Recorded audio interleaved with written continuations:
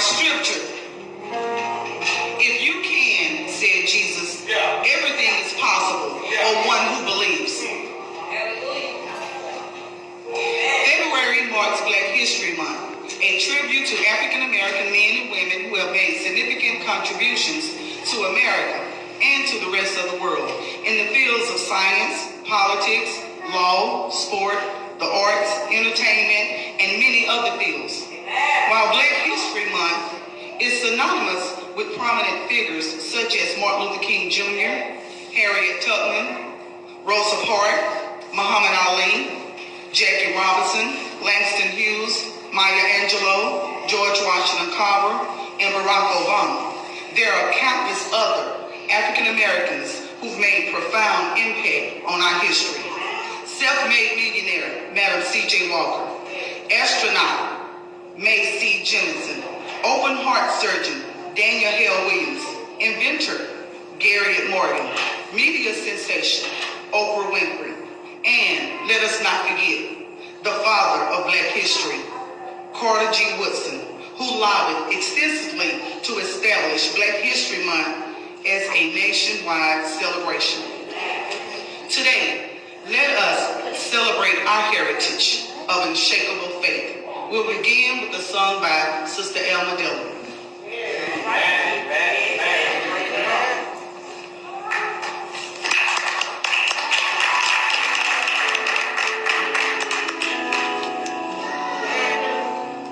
As we know, as we said, we call some of the names, but we did forget right here in Waldo County. We had Mr. Luzerne Sonny Dillon, was the first Black alderman. Miss Carolyn McGee, she was the first alderman lady. Okay, back in the days when the slave was trying to get away, they were trying to go under the railroad. But when they couldn't say, all they would get down on their knees when they would say, steal away, steal away, steal away home to Jesus, steal away, steal away home to Jesus.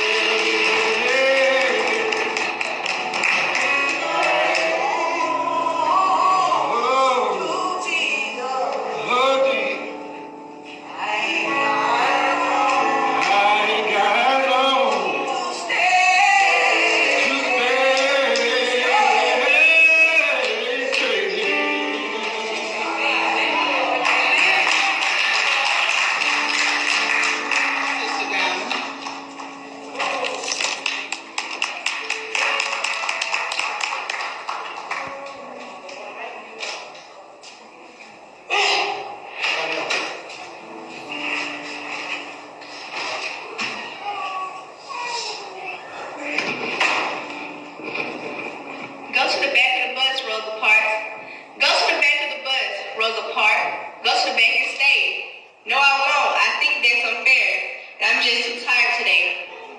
But everyone knows the rules. Rosa Parks, everyone knows if you're black, you can't eat at white restaurants and on buses. You sit in the back. So now it's time to move, Rosa Parks. No, I'm not moving at all. I've got a voice and I'm going to use it. And thousands will hear the call. We're coming to sit with you, Rosa Parks. People black and white, they say. We're coming to change America and bring equality here to stay.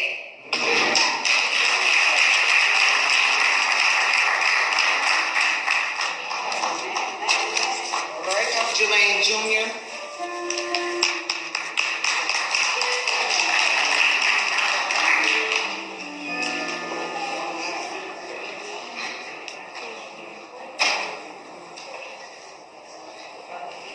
I'm a black child. I'm a special, ridiculous, can't sway me. I am strong, oxys can't stop me. I hold my head high proudly, proclaiming my allegiance. I hold my peace, continue forward through first. I am proud of my culture and my passion. I am confident that I can achieve my every goal. I became all that I can be. I am a black child, a child of God. Okay.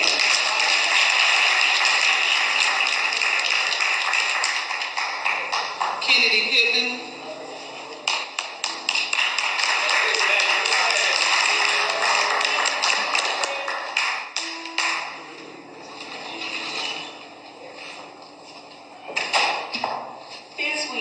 Bittersweet was the first African American, the first slave, and the third woman in the United States to publish a book of poems. Whitney achieved international renown traveling to London to promote her book and then called upon as well as received by noted social and political figures of the day, including George Washington, she wrote a poem of hers at the beginning of the war, and Voltaire, who referred to her very good English verse. All right. Brother Robert Williams.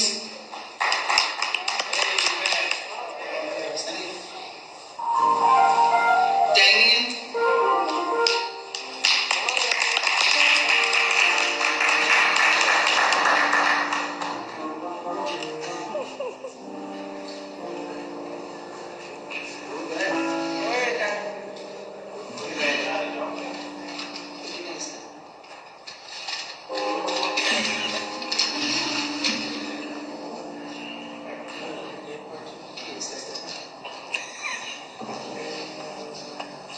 America's great farmer. You will never hear of a man who worked harder than a famous American George Washington Carver. Born a slave, he learned how to read and become a wonderful student indeed. What interested him, what he wanted to know were the lives of the plants and things that grew. He became a teacher and a writer too, and his ability for poems would astonish you. 300 movies that use peanuts as little like peanut butter, peanut oil, and peanut butter, peanut lotion, peanut bars, and even peanut honey. And he never saw his ideas for money. He wanted farmers to use their land, and he was happy to just land never hand.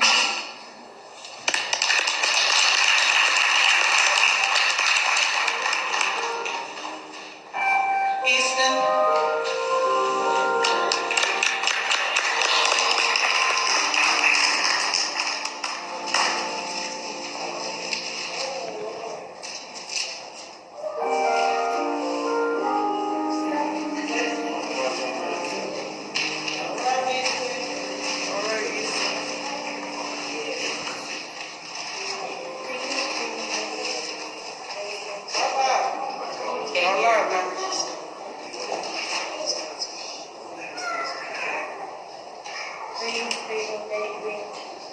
Said Dr. King, let us live in harmony, peace, and love.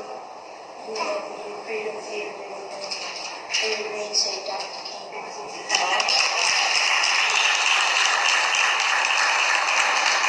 Sister Lorraine Olson.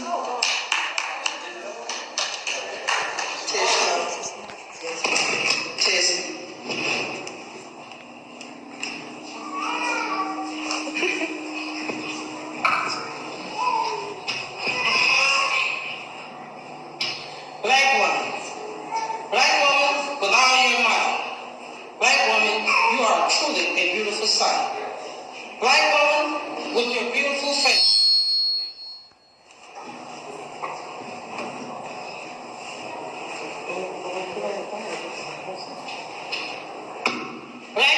with your beautiful face. Black woman, you are definitely a credit to the black race. Black woman, say it loud. Black woman is to be proud. Black woman in her unbeatable land. Stop a minute and take a black brother's hand. Black woman, you are a mother, woman, and a friend. Without a black woman, a black man can't win.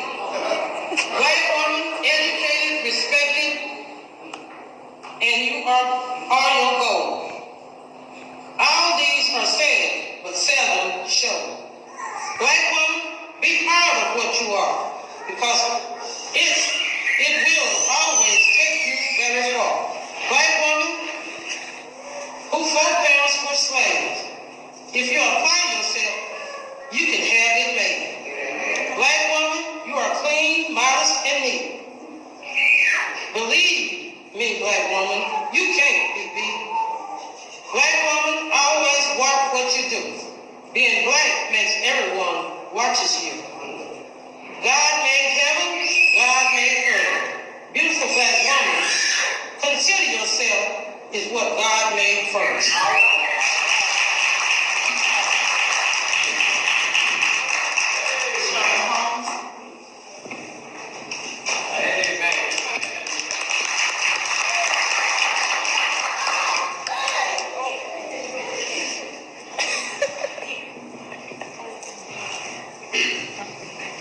What if there were no black people? If there were no black people, what would happen to soul?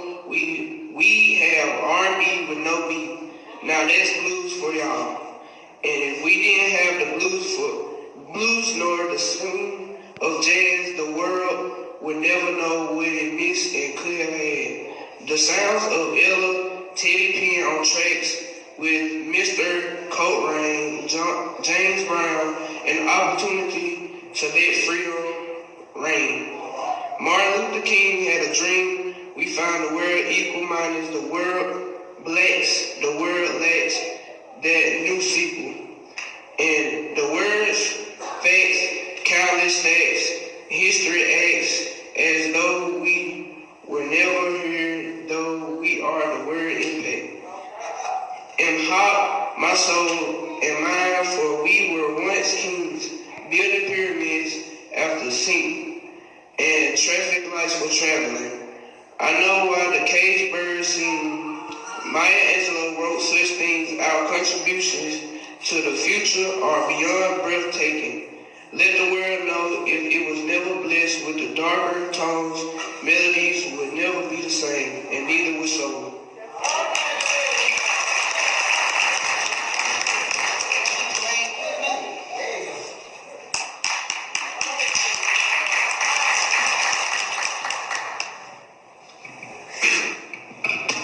Freedom Train. I read in the papers about the Freedom Train. I heard on the radio about the Freedom Train. I ain't seen folks talking about the Freedom Train. Lord, I've been waiting for this Freedom Train. Down south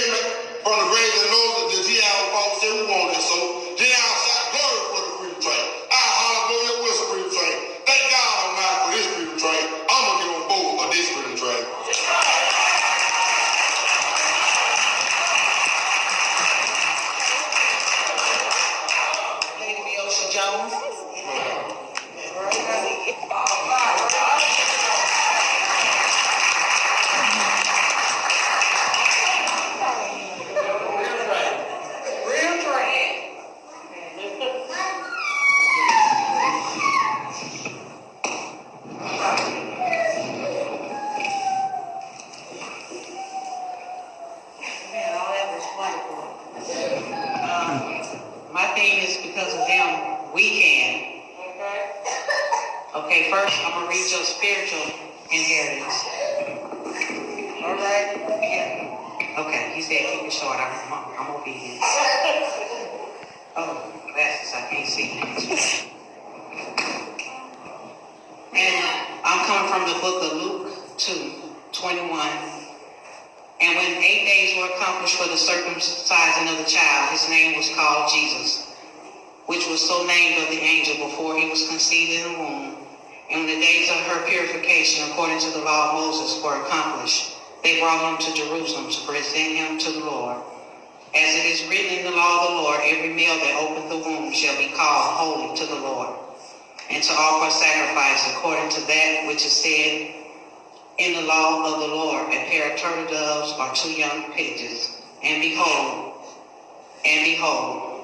there was a man in Jerusalem whose name was Simeon, and the same man was a just and devout, waiting for the consolation of Israel, and the Holy Ghost was upon him. And I'm going to skip down to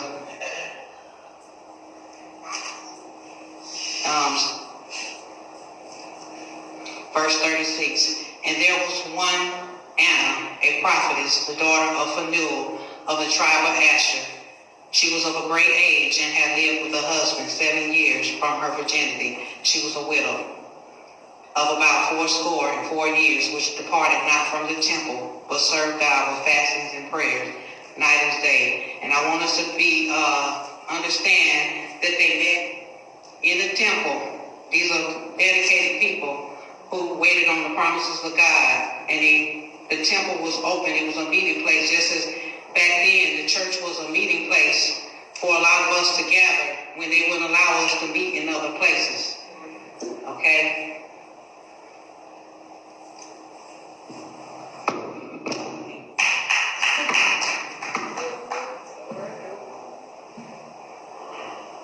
Okay. And today I'm going to talk about just a little bit. Her name is Angie Thomas. She's of Jackson, Mississippi. Mayor Chokwe Lumumba presented her. She's a best-selling author with the key to the city of Jackson in 2018. Okay, Angie Thomas, but I also want you to recognize that Mayor Lumumba, his father was a mayor, so his son saw that, and because of his father opening the door, he became a mayor, and he's one of the youngest black men that's a mayor. He's a young man. So he presented, and that opportunity, I think, led him to also be able to offer the key of the city to a young black woman that grew up in that city. Again, her name is Angie Thomas, and she's an author best known for writing The Hate You Give, which is a movie that's out by her. She's also now in film, and she's in her 30s, so she's doing well. She went to the school of Belhaven up there in Jackson, Belhaven University, and she got a degree. But how she came into that, her mother heard the gunshots of civil rights activist Medgar Evers. Okay, and when she was 6 years old, Thomas witnessed a shootout. Okay, and she told her mother with the wisdom, got her daughter the next day, didn't let her sit around and mope about what she's seeing around in her community. She took her to a library. She kept her in the library so she can read about the outside world, to let her daughter know that this is not all to life. Okay, and that was the only thing she can give her child, but it was a blessing to her child, because her child went on to not only be the only black person to graduate at that college, Belhaven. But she also written at least 3-4 books now, and she has a movie inspired by her. And also, I want y'all to know that young lady book was controversial, and they pulled her books from the shelves, as many of the books about African American history are pulled. But you still have a right to go read them. You can order them, you can buy them. They may not be in the public places, but she's laid away just letting us know that your history can be found and read. You're going to have to search for it. And I said, because of them, we can. It's just like I noted about Major Evers. We know how much she did for the races. We have our spiritual inheritance. We know that if they keep these temples open, just like I saw, with St. Paul, y'all get the rededication, the burning of all the things that our Christian people did to keep the doors of the church and stuff open. They wouldn't have a place to meet to talk about the promises, to talk about the things that they was openly and freely about, things that's going on with us, and we can still embrace God, and we can embrace our community. And Angie, she made the news this week. I was very proud to see her. She said she thanked God. And now we're living in a time where they don't want you getting on the national circuit and not only talk about your history, they don't want you to talk about God. But she reverenced God on that show. And so that's why I brought her up. And another thing I want to share, thank God for Sister Diamond doing about Rosa Parks. My grandmother was on that bus with her. I had no idea how this would affect me to this day. But now I see that God is challenging us to remember some things you're going to go through. And it's because of them, they resist. My grandmother didn't resist. She sat down. She went to the back. But Rosa went on and did that. And she had to pray for Rosa many days because she knew her family and her children. So all I say is thank God for those that was behind us, those that are now, and those that are coming up, the children that's coming up, and the ones that's going to be before us. Because we have to look at this in all aspects. And because of God, we can. And because of them, we can.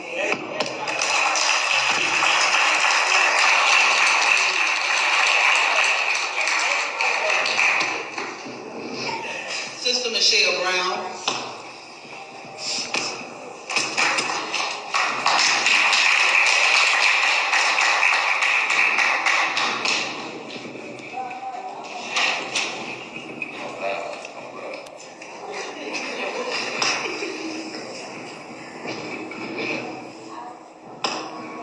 What shall I tell my children who are black? By Margaret Burroughs. What shall I tell my children who are black? What it means to be a captive in this dark skin? What shall I tell my dear ones, fruit of my womb, of how beautiful they are when everywhere they turn, they are faced with the abhorrence of everything that is black. The night is black, and so is the boogeyman.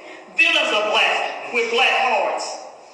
Storm clouds, black. Devil's food is black. Bad news come bordered in black. Mourning clothes, black. What shall I tell my dear one raised in a white world? A place where white has been made to represent all that is good and pure and fine and decent. Where clouds are white and dolls and heaven surely is white. White place with angels, robed in white, and cotton candy, and ice cream, and milk, and ruffled Sunday dresses, and dream homes, long sleek Cadillacs, and angel food is white. All white. What can I say therefore when my child comes home in tears because a playmate has called him black, big-lipped, black nose, and nappy-headed? What will he think when I dry his tears and whisper, yes, that's all true, but no, that's beautiful and dear? What shall I tell? How shall I lift up his head and get him to square his shoulders, look his adversaries in the eye, confident in the knowledge of his worth, serene under his sable skin, and proud of his own beauty? What can I do to give him strength that he may come through life adversities as a whole human, being unwrapped in a human in a world of bias, laws, and inhumane practices that he must survive? And survive he must, for who knows? Perhaps this black child here bears the genius to discover the cure for cancer, or to chart the course of exploration of the universe. So he must survive for the good of all humanity. He must and will survive. I have drunk deeply of late from the fountains of my black culture, sat at the knee and learned from Mother Africa, discover the truth of my heritage, the truth though so often obscured and omitted. And I find I have much to say to my black children.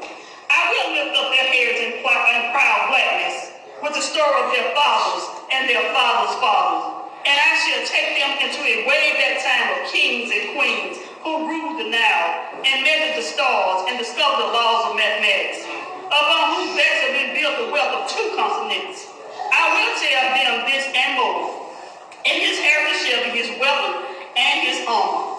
Will make him strong enough to win any battle he may face.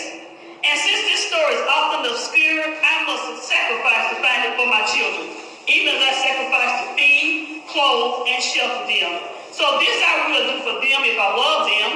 None will do it for me. I must find the truth of heritage myself and pass it on to them. In years to come, I believe, because I have armed them with the truth, my children and their children's children will venerate me. For it's the truth that will make us free.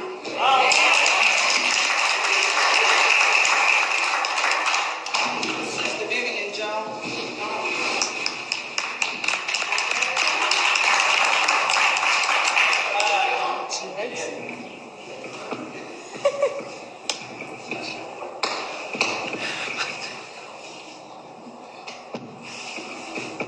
I like to say, as this lady Miosha was talking, I was thinking that, we have a lot to thank our forefathers and foreparents for that has brought us this far in life. So, with that being said, I want to say a little poem called For My People. For my people everywhere, singing their slave songs repeatedly, their dirges, their ditties, their blues and jubilees, praying their prayers nightly to an unknown God, bending their knees humbly to an unseen power. For my people everywhere, lending their strength to the years, to the gone years, to the now years, to the maybe years, planting, washing, scraping, hoeing, reaping, but never gaining, never knowing, never understanding, and never caring. For my playmates in the clay and dust and sand of the Alabama backyard, playing baptizing and preacher and doctor and soldier and Mrs. Coombe and company. For the cramped and bewildered years, we went to school to learn to know the reason why, the answers to, the days when, in the memories of the bitter hour, we discovered that we were poor and black and small and different, and nobody wondered, nobody cared, and nobody understood. For the cramped and bewildered years, for the boys and girls who grew in spite of the things to be man and woman, to dance and grow and marry, and then die of consumption and lynching. For my people throwing in 47th Street in New Orleans, Rampart Street, lost, disinherited, dispossessed, and happy peoples everywhere need clothes and land and shoes and money and something all of their own. For my people walking blindly, spreading joy, losing hope, and losing time being lazy, sleeping when they're hungry, shouting when they're burdened, drinking when hopeless, tired and shackled, and tangled among ourselves by unseen creatures who tower over us omnisciently and laugh.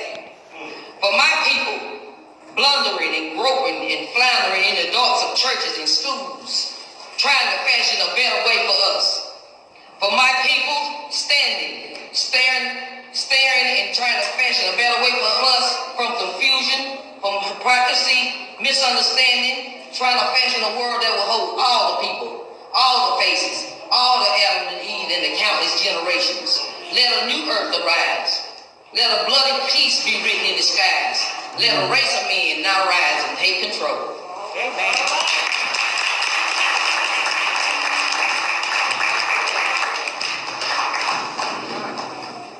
Is there anyone else that would like to take part in the program today? Followed by Brother Melvin Holmes, we'll have a song by Sister Emma Jean Cook, J.D. Wilson, and the vote of thanks by Kendall Holmes. This is something that I was just sitting there pondering in my mind and just wondering about black history. I like to give this charge to the children, to the children's mothers, to the children's grandmothers. Grow up and talk to your children. Tell them about black history. Tell them about your family heritage. This is where the black history started. Don't let let a childhood grow up with that space of not knowing. Tell them about your foreparents. Because if you would take a survey right now, there's a stopping point. But my mama told me, my grandmother was that, and that's it. But see, there's a heritage in each story. Tell your children about your past in order that they may embrace the future. Thank you very much.